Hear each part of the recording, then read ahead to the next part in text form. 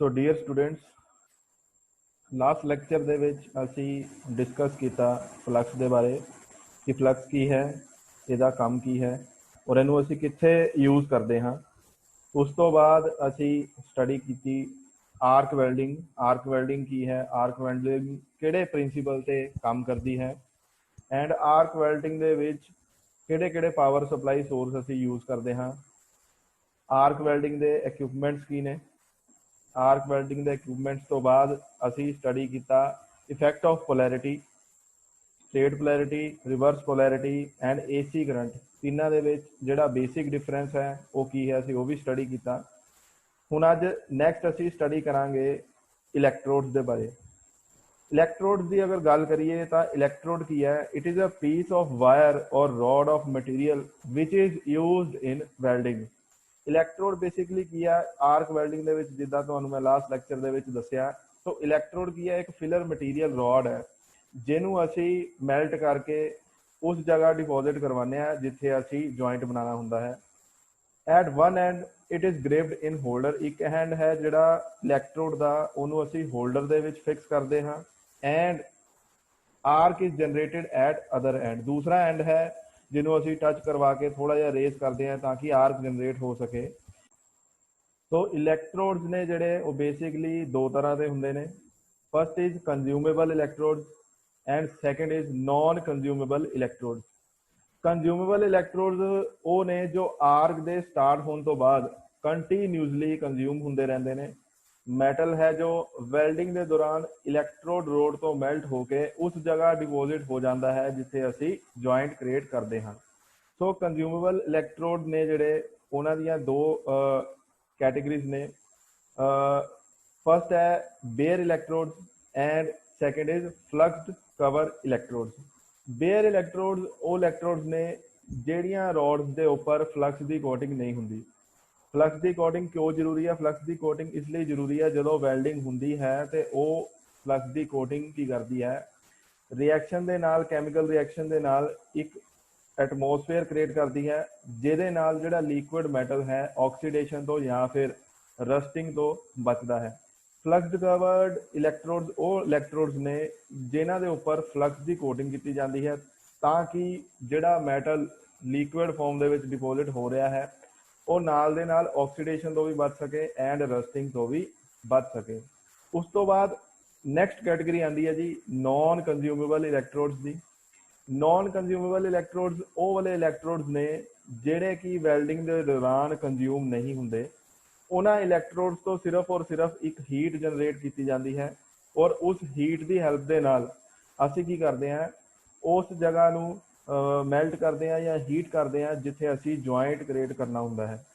ਸੋ ਇਹਨਾਂ ਦੀਆਂ ਵੀ ਦੋ ਕੈਟੇਗਰੀਜ਼ ਨੇ। ਇੱਕ ਹੈ ਕਾਰਬਨ ਔਰ ਗ੍ਰੇਫਾਈਟ ਇਲੈਕਟ੍ਰੋਡਸ ਜਿਨ੍ਹਾਂ ਨੂੰ ਅਸੀਂ ਸਿਰਫ ਔਰ ਸਿਰਫ ਡੀਸੀ ਸਪਲਾਈ ਦੇ ਵਿੱਚ ਯੂਜ਼ ਕਰਦੇ ਹਾਂ ਐਂਡ ਇੱਕ ਹੈ ਜੀ ਟੰਗਸਟਨ ਇਲੈਕਟ੍ਰੋਡ। ਇਸ ਇਲੈਕਟ੍ਰੋਡ ਨੂੰ ਅਸੀਂ ਏਸੀ ਸਪਲਾਈ ਦੇ ਵਿੱਚ ਐਂਡ ਡੀਸੀ ਸਪਲਾਈ ਦੋਨਾਂ ਦੇ ਵਿੱਚ ਯੂਜ਼ ਕਰ ਸਕਦੇ ਹਾਂ। So next is resistance welding. Resistance welding ਦਾ ਕੰਸੈਪਟ ਜੋ ਹੈ ਵੈਲਡ ਕਰਨ ਦਾ ਦੋ ਮੈਟਲਸ ਨੂੰ, ਉਹ ਅਲੱਗ ਹੈ। ਪਹਿਲਾਂ ਅਸੀਂ ਦੋ ਤਰ੍ਹਾਂ ਦੀਆਂ ਵੈਲਡਿੰਗ ਨੂੰ ਸਟੱਡੀ ਕੀਤਾ। ਫਸਟ ਸੀ ਗੈਸ ਵੈਲਡਿੰਗ ਐਂਡ ਸੈਕੰਡ ਸੀ ਆਰਕ ਵੈਲਡਿੰਗ, ਜੋ ਇਲੈਕਟ੍ਰਿਸਿਟੀ ਦੀ ਹੈਲਪ ਦੇ ਨਾਲ ਹੀਟ ਪ੍ਰੋਡਿਊਸ ਕਰਕੇ ਇਲੈਕਟ੍ਰੋਡ ਨੂੰ ਮੈਲਟ ਕਰਦੀ ਸੀ। ਜੋ ਬੇਸਿਕ ਫੰਡਾਮੈਂਟਲ ਹੈ ਵੈਲਡਿੰਗ ਦਾ ਉਹ ਇਹੀ ਹੈ ਕਿ ਦੋ ਮੈਟਲਸ ਨੂੰ ਜੋੜਨਾ ਹੈ। ਹੁਣ ਜੋੜਨ ਦੇ ਲਈ ਦੋਨਾਂ ਨੂੰ ਹੀਟ ਕਰਨਾ ਜ਼ਰੂਰੀ ਹੈ ਤਾਂ ਕਿ ਉਹ ਮੈਲਟ ਹੋ ਸਕਣ ਐਂਡ ਉਹਨਾਂ ਨੂੰ ਜੁਆਇਨ ਕੀਤਾ ਜਾ ਸਕੇ। ਹੁਣ ਹੀਟ ਨੂੰ ਪ੍ਰੋਡਿਊਸ ਕਰਨ ਦੇ ਸੋਰਸ ਅਲੱਗ-ਅਲੱਗ ਨੇ। ਪਹਿਲਾਂ ਅਸੀਂ ਗੈਸ ਵੈਲਡਿੰਗ ਦੇ ਵਿੱਚ ਆਕਸੀ ਫਿਊਲ ਨੂੰ ਯੂਜ਼ ਕੀਤਾ ਜਿਹਦੇ ਵਿੱਚ ਅਸੀਂ ਫਿਊਲ ਨੂੰ ਗੈਸ ਫਾਰਮ ਦੇ ਵਿੱਚ ਯੂਜ਼ ਕਰਦੇ ਸੀਗੇ ਮੈਟਲ ਨੂੰ ਹੀਟ ਕਰਨ ਦੇ ਲਈ। ਫਿਰ ਆਰਕ ਵੈਲਡਿੰਗ ਦੇ ਵਿੱਚ ਅਸੀਂ ਕੀ ਕੀਤਾ, ਇਲੈਕਟ੍ਰਿਸਿਟੀ ਦੀ ਹੈਲਪ ਦੇ ਨਾਲ ਇੱਕ ਕੰਜ਼ਿਊਮੇਬਲ ਇਲੈਕਟ੍ਰੋਡ ਨੂੰ ਹੀਟ ਕਰਕੇ ਮੈਲਟ ਕਰਦੇ ਸੀ ਐਂਡ ਯੂਜ਼ ਕਰਦੇ ਸੀਗੇ ਜੁਆਇੰਟ ਬਣਾਉਣ ਦੇ ਲਈ। ਹੁਣ ਰੈਜ਼ਿਸਟੈਂਸ ਵੈਲਡਿੰਗ ਦਾ ਕੰਸੈਪਟ ਕੀ ਹੈ, ਜਦੋਂ ਅਸੀਂ ਕਿਸੇ ਕਰੰਟ ਕੈਰਿੰਗ ਕੰਡਕਟਰ ਚੋਂ ਇਲੈਕਟ੍ਰਿਸਿਟੀ ਪਾਸ ਕਰਵਾਉਂਦੇ ਹਾਂ ਤਾਂ ਰੈਜ਼ਿਸਟੈਂਸ ਪ੍ਰੋਡਿਊਸ ਹੁੰਦੀ ਹੈ ਜਿਹਨੂੰ ਆਪਾਂ ਅਪੋਜ਼ਿੰਗ ਫੋਰਸ ਵੀ ਕਹਿ ਦਿੰਦੇ ਹਾਂ ਰਿਐਕਸ਼ਨ ਦੇ ਤੌਰ ਤੇ, ਜਿਹਦੇ ਨਾਲ ਹੀਟ ਪ੍ਰੋਡਿਊਸ ਹੁੰਦੀ ਹੈ ਐਂਡ ਉਸ ਹੀਟ ਨੂੰ ਯੂਟਿਲਾਈਜ਼ ਕਰਕੇ ਵੈਲਡਿੰਗ ਪਰਫਾਰਮ ਹੁੰਦੀ ਹੈ। ਰੈਜ਼ਿਸਟੈਂਸ ਵੈਲਡਿੰਗ 'ਚ ਅਸੀਂ ਨॉन ਕੰਜ਼ਿਊਮੇਬਲ ਇਲੈਕਟ੍ਰੋਡ ਯੂਜ਼ ਕਰਦੇ ਹਾਂ। ਮੋਸਟਲੀ ਇਹਦੇ ਵਿੱਚ ਟੰਗਸਟਨ ਇਲੈਕਟ੍ਰੋਡ ਹੈ ਜਿਹੜਾ ਨॉन ਕੰਜ਼ਿਊਮੇਬਲ ਹੈ ਉਹ ਯੂਜ਼ ਹੁੰਦਾ ਹੈ। ਸੋ ਦੇਖਦੇ ਹਾਂ ਜੀ ਰੈਜ਼ਿਸਟੈਂਸ ਵੈਲਡਿੰਗ 'ਚ ਹੈ ਕੀ। It is a welding process ਵਿਚ in which workpieces are welded due to combination of pressure applied to them। ਸੋ ਇੱਕ ਲਾਸਟ ਇੰਪੋਰਟੈਂਟ ਗੱਲ ਹੈ ਇਹਦੇ ਵਿੱਚ ਰੈਜ਼ਿਸਟੈਂਸ ਵੈਲਡਿੰਗ ਦੇ ਵਿੱਚ ਕਰੰਟ ਕੈਰਿੰਗ ਕੰਡਕਟਰ ਚੋਂ ਕਰੰਟ ਦਾ ਪਾਸ ਕਰਵਾਇਆ ਜਾਂਦਾ, ਉਹਦੇ ਨਾਲ ਨਾਲ ਪ੍ਰੈਸ਼ਰ ਵੀ ਅਪਲਾਈ ਕੀਤਾ ਜਾਂਦਾ ਹੈ ਤਾਂ ਕਿ ਜਿਹੜੇ ਦੋ ਸ਼ੀਟ ਮੈਟਲਸ ਨੂੰ ਆਪਾਂ ਜੋੜਨਾ ਹੈ ਉਹਨਾਂ ਨੂੰ ਆਪਾਂ ਈਜ਼ੀਲੀ ਜੁਆਇਨ ਕਰ ਸਕੀਏ। So next is combination of pressure applied to them and localized heat generated by high electric current flowing through the contact area of weld। Heat produced by the current is sufficient for local melting of workpiece at the contact point and formation of small weld pool। The molten metal is then solidified under a pressure and the joint is created। Time of the process and values of pressure and flowing current required for formation of reliable joint are determined by dimensions of electrodes and workpiece metal type। ਇਹਦੇ ਵਿੱਚ ਅਸੀਂ AC electric current use ਕਰਦੇ ਹਾਂ ਜਿਹਦੀ range ਹੋ ਸਕਦੀ ਹੈ 1 lakh ampere ਦੇ ਕਰੀਬ and it is supplied through copper electrodes connected to secondary coil of welding transformer। ਸੋ ਇਹਦੇ ਵਿੱਚ ਅਸੀਂ ਕਾਪਰ ਇਲੈਕਟ੍ਰੋਡਸ ਨੂੰ ਯੂਜ਼ ਕੀਤਾ ਹੈ ਸੈਕੰਡਰੀ ਕੋਇਲ ਦੇ ਵਿੱਚ in a welding transformer. The following metals may be welded by resistance welding. Resistance welding ਦੇ ਨਾਲ ਅਸੀਂ ਕਾਫੀ ਸਾਰੇ ਮੈਟਲਸ ਨੂੰ ਜੁਆਇਨ ਕਰ ਸਕਦੇ ਹਾਂ ਜਿਵੇਂ ਕਿ low carbon steels, aluminium alloys, medium carbon steels, high carbon steels and alloy steels may be welded. So next is advantages of resistance welding। resistance welding ਦੀ ਕੀ advantage ਹੈ? high welding rate ਹੈ। ਸੋ ਇਹ ਜਿਹੜਾ welding rate ਹੈ resistance welding ਦਾ ਬਹੁਤ quick ਹੁੰਦਾ ਹੈ, ਬਹੁਤ ਘੱਟ ਟਾਈਮ ਦੇ ਲਈ about 10th part of a second ਇੰਨੇ ਟਾਈਮ ਦੇ ਲਈ ਅਸੀਂ ਕਰੰਟ ਪਾਸ ਕਰਦੇ ਹਾਂ ਇੱਕ ਟਾਈਮ ਤੇ ਇੱਕ ਜੁਆਇੰਟ ਨੂੰ ਜੋੜਨ ਦੇ ਲਈ ਐਂਡ ਉਨੇ ਟਾਈਮ ਦੇ ਵਿੱਚ ਹੀਟ ਜਨਰੇਟ ਹੁੰਦੀ ਹੈ ਤੇ ਮੈਟਲ ਜਿਹੜਾ ਆਪਣੀ ਸੈਮੀ ਸੋਲਿਡ ਸਟੇਟ ਦੇ ਵਿੱਚ ਆ ਜਾਂਦਾ ਹੈ ਕਿਉਂਕਿ ਅਸੀਂ ਕਰੰਟ ਦੀ ਸਪਲਾਈ ਬਹੁਤ ਜ਼ਿਆਦਾ ਦਿੰਦੇ ਹਾਂ ਉਸ ਕਰੰਟ ਕੈਰਿੰਗ ਕੰਡਕਟਰ ਦੇ ਥਰੂ। ਸੋ ਉਹਦੇ ਨਾਲ ਕੀ ਹੁੰਦਾ ਹੈ ਮੈਟਲ ਹੈ ਜਿਹੜਾ ਜੁਆਇੰਟ ਬਣਾ ਪਾਉਂਦਾ ਹੈ, ਲੋ ਫਿਊਮਸ ਨੇ, ਕੋਸਟ ਇਫੈਕਟਿਵਨੈਸ ਹੈ, ਈਜ਼ੀ ਆਟੋਮੇਸ਼ਨ ਹੈ, no filler material is required. ਇਹਦੇ ਵਿੱਚ ਸਾਨੂੰ ਕੋਈ ਵੀ ਐਡੀਸ਼ਨਲ ਫਿਲਰ ਮਟੀਰੀਅਲ ਦੀ ਲੋੜ ਨਹੀਂ ਪੈਂਦੀ। ਡਿਸਐਡਵਾਂਟੇਜ ਆਫ ਰੈਜ਼ਿਸਟੈਂਸ ਵੈਲਡਿੰਗ ਕੀ ਹੈ? High equipment cost. ਇਹਦੀ ਇਕਵਿਪਮੈਂਟ ਦੀ ਜੋ ਕੋਸਟ ਹੈ ਉਹ ਕਾਫੀ ਜ਼ਿਆਦਾ ਹੁੰਦੀ ਹੈ। low strength of discontinuous weld। thickness of welded sheet is limited up to 1/4 inch, that is 6 mm।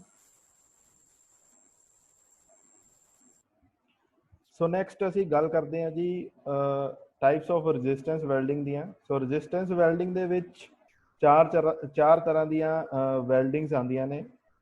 First is spot welding, second is flash welding, third is resistance butt welding and fourth is seam welding. So सब तो पहला गल करते हैं जी spot welding की। सो ये है जी spot welding का सैटअप। इस सैटअप दे विच दोनों एंड्स ते इलैक्ट्रोड्स ने और इलैक्ट्रोड्स दे बिल्कुल सेंटर ते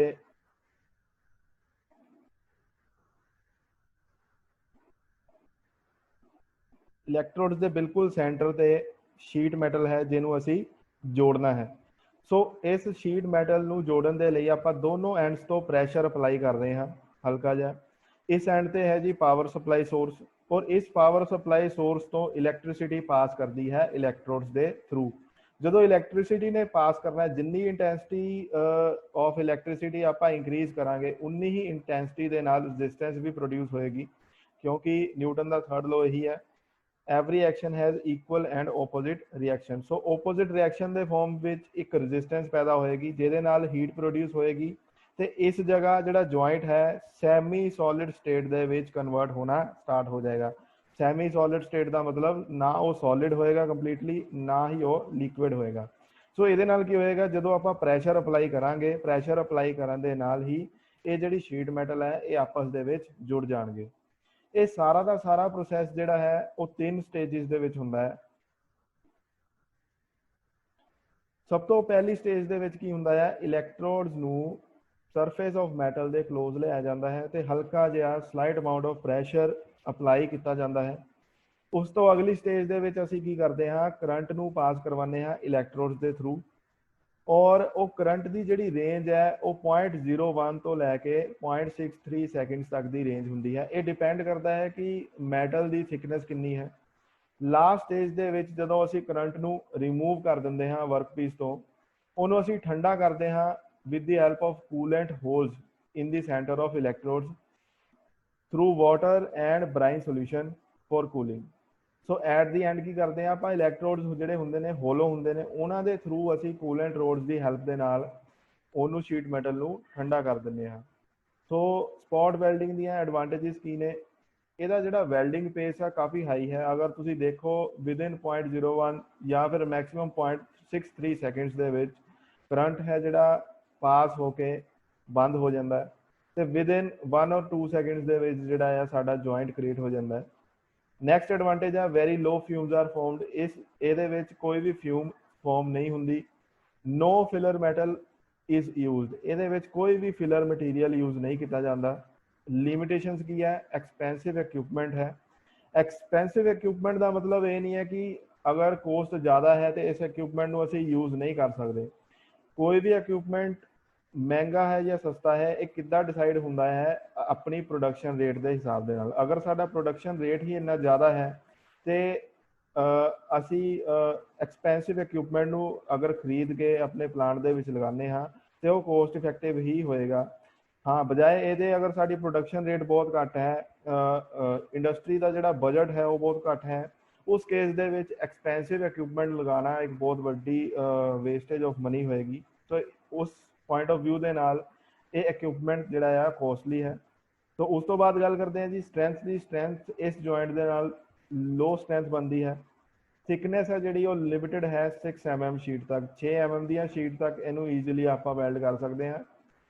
ਐਪਲੀਕੇਸ਼ਨਸ ਦੀ ਅਗਰ ਆਪਾਂ ਗੱਲ ਕਰੀਏ ਤੇ ਰੇਲਵੇ ਕੋਚਿਸ ਨੇ ਜਿਹੜੇ ਉਹ ਸਪੌਟ ਵੈਲਡਿੰਗ ਦੀ ਹੈਲਪ ਦੇ ਨਾਲ ਸ਼ੀਟ ਮੈਟਲਸ ਨੂੰ ਜੋੜਿਆ ਜਾਂਦਾ ਹੈ, ਜਾਂ ਫਿਰ ਆਟੋਮੋਟਿਵ ਦੇ ਜਿਹੜੇ ਬੋਡੀ ਪਾਰਟਸ ਨੇ ਉੱਥੇ ਵੀ ਅਸੀਂ ਸਪੌਟ ਵੈਲਡਿੰਗ ਦੀਆਂ ਮਸ਼ੀਨਸ ਨੂੰ ਯੂਜ਼ ਕਰਦੇ ਹਾਂ। ਸੋ ਨੈਕਸਟ ਅਸੀਂ ਗੱਲ ਕਰਦੇ ਹਾਂ ਜੀ ਫਲੈਸ਼ ਵੈਲਡਿੰਗ ਦੀ।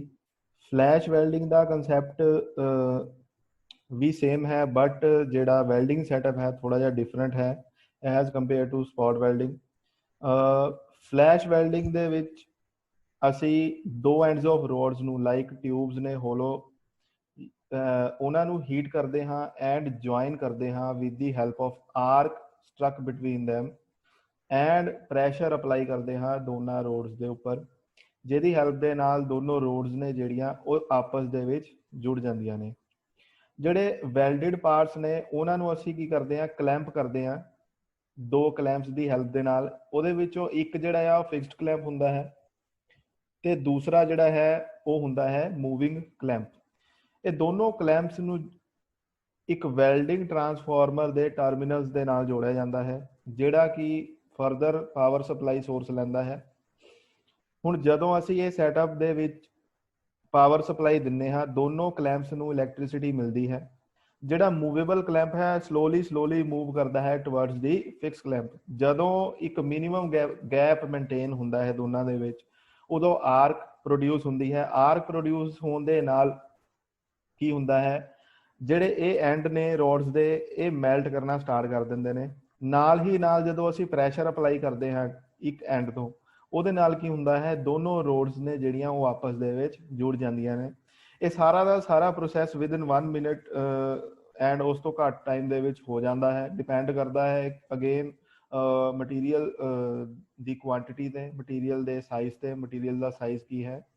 ਸੋ ਇਸ ਵੈਲਡਿੰਗ ਪ੍ਰੋਸੈਸ ਦੇ ਨਾਲ ਅਸੀਂ ਐਲੂਮੀਨੀਅਮ ਦੇ ਅਲੋਇਜ਼, ਕਾਪਰ ਦੇ ਅਲੋਇਜ਼, ਮੈਗਨੀਸ਼ੀਅਮ ਦੇ ਅਲੋਇਜ਼, ਇਹਨਾਂ ਸਾਰਿਆਂ ਨੂੰ ਵੈਲਡ ਕਰ ਸਕਦੇ ਹਾਂ। ਥਿਕ ਪਾਈਪਸ ਨੇ ਜਿਹੜੀਆਂ ਔਰ 에ਅਰਕ੍ਰਾਫਟ ਦੇ ਲੈਂਡਿੰਗ ਗੇਅਰਸ ਨੇ ਜੋ ਉਹ ਫਲੈਸ਼ ਵੈਲਡਿੰਗ ਦੇ ਹੈਲਪ ਦੇ ਨਾਲ ਹੀ ਪ੍ਰੋਡਿਊਸ ਕੀਤੇ ਜਾਂਦੇ ਨੇ। ਸੋ ਸਟੂਡੈਂਟਸ, ਅੱਜ ਦੇ ਲੈਕਚਰ ਦੇ ਵਿੱਚ ਅਸੀਂ ਡਿਸਕਸ ਕੀਤਾ ਅਬਾਊਟ ਇਲੈਕਟ੍ਰੋਡਸ ਕਿਹੜੇ ਤਰ੍ਹਾਂ ਦੇ ਹੁੰਦੇ ਨੇ, ਕੰਜ਼ਿਊਮੇਬਲ ਐਂਡ ਨਾਨ ਕੰਜ਼ਿਊਮੇਬਲ। ਉਸ ਤੋਂ ਬਾਅਦ ਅਸੀਂ ਸਟੱਡੀ ਕੀਤੀ ਰੈਜ਼ਿਸਟੈਂਸ ਵੈਲਡਿੰਗ ਕੀ ਹੈ, ਰੈਜ਼ਿਸਟੈਂਸ ਵੈਲਡਿੰਗ ਦਾ ਕੰਸੈਪਟ ਕੀ ਹੈ, ਕਿਸ ਕੰਸੈਪਟ ਦੇ ਨਾਲ ਅਸੀਂ ਵੈਲਡਿੰਗ ਪਰਫਾਰਮ ਕਰਦੇ ਹਾਂ। ਉਸ ਤੋਂ ਬਾਅਦ ਅਸੀਂ ਸਟੱਡੀ ਕੀਤੇ ਆ types of resistance welding. Types of resistance welding ਤੋਂ ਬਾਅਦ ਅਸੀਂ ਸਪੌਟ ਵੈਲਡਿੰਗ ਨੂੰ ਸਟੱਡੀ ਕੀਤਾ। ਸਪੌਟ ਵੈਲਡਿੰਗ ਤੋਂ ਬਾਅਦ ਅਸੀਂ ਸਟੱਡੀ ਕੀਤਾ ਫਲੈਸ਼ ਵੈਲਡਿੰਗ ਨੂੰ। ਹੁਣ ਸਾਡੇ ਨੈਕਸਟ ਲੈਕਚਰ ਦੇ ਵਿੱਚ ਅਸੀਂ ਸਟੱਡੀ ਕਰਾਂਗੇ about but welding and seam welding, ਜਿਹੜੀਆਂ ਕਿ ਦੋ ਟਾਈਪਸ ਰਹਿੰਦੀਆਂ ਨੇ ਰੈਜ਼ਿਸਟੈਂਸ ਵੈਲਡਿੰਗ ਦੀਆਂ। ਉਸ ਤੋਂ ਬਾਅਦ ਅਸੀਂ ਪ੍ਰੋਸੀਡ ਕਰਾਂਗੇ ਸਾਡੀਆਂ ਨੈਕਸਟ ਵੈਲਡਿੰਗ ਟਾਈਪਸ ਦੇ ਉੱਪਰ। So thank you.